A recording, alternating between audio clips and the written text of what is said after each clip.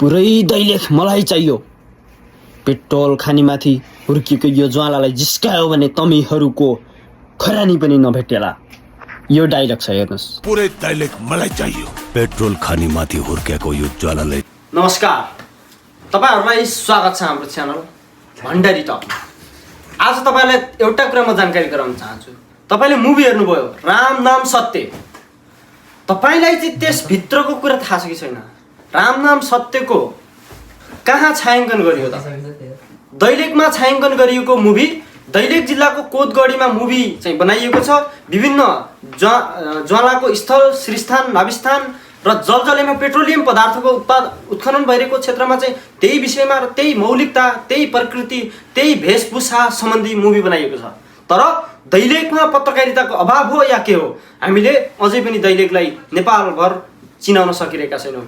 जो चाहिँ वर्षौं पुरानो एसियाको पुरानो स्वामीको रूख रहेको छ, जहाँ चाहिँ शिवजीको विभिन्न धामहरू रहेका छन्, जहाँ चाहिँ नेपालको एकमात्र ज्वालाको चिन्ह रहेको छ, जहाँ चाहिँ पेट्रोल एकमात्र अब देशकै विकासको लागि चाहिँ अगाडि बढ्दै गरेको प्रोजेक्ट दैलेखमा मात्र छ। ज्वाला अनि त्यस्तै पेट्रोलियम पदार्थ, ग्यासहरूको उत्पादन भइरहेको छ, जहाँ चाहिँ त्यस्तो खालको विकास छ। त्यस्ता विभिन्न व्यक्तित्वहरू पनि छन्, राजनीतिज्ञहरू पनि छन्, विभिन्न मन्त्रीहरू पनि भएका हुन्। नभएको होइन दैलेख जिल्लालाई, तर हामीले नेपालमा एउटा पर्यटकीय क्षेत्रको रूपमा किन अझै फैलाउन सकेका छैनौँ? रामनाम सत्य फिल्मले एउटा त्यही वेशभूषा, त्यही रूपमा चाहिँ सबै देखाएर नै अहिले करोडौं करोड कमाइरहेको छ।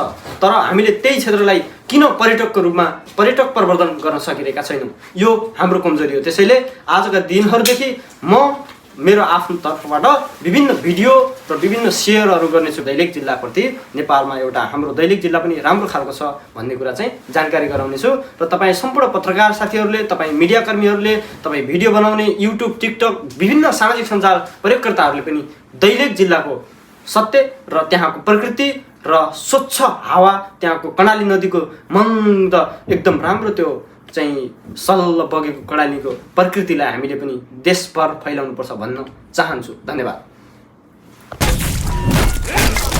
यी बेला पनि बाबु साहेब साथ हुनेछ। बसन कान्छी बसेर छेउमै बुलेट रोड जन्माउने खानी हुँ म। न्यायको अन्तिम बाटो राम नाम सत्य।